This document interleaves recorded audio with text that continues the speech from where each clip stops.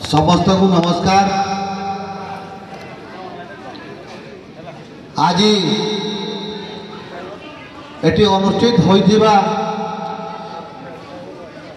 छेंडीपदा पंचायत समिति तरफ भीम भोई सामर्थ्य शिविर यही शिविर रे मंचासीन थिबा आम छेंडीपदा ब्लॉक अध्यक्षा श्रीमती सुमित्रा साहू महोदया, छेंडीपदार जनप्रिय सरपंच सुदीप्त प्रधान महोदय, छेंडीपदार जनप्रिय जिला परिषद श्रीयुक्त जसवंत प्रसाद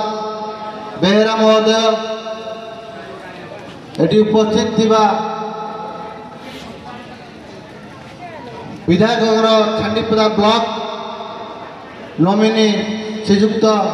अजित कुमार प्रधान महोदय, एटी उपस्थित थिबा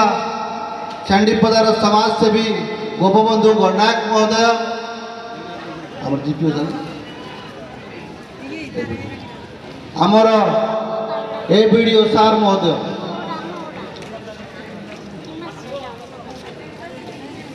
आज जहाँ को नाम रे यही शिविर होइछि तांकर गोटे बाणी आपण को शुणाऊँ।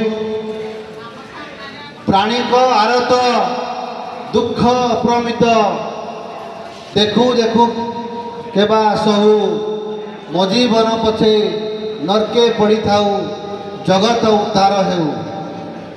संत कवि भीम भोईंग ये जो बाणी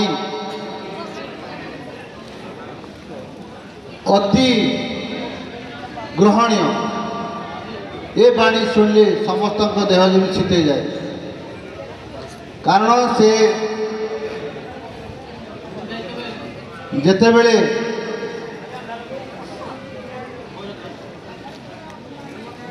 गाई चरे जाई कूअरे पड़ जाई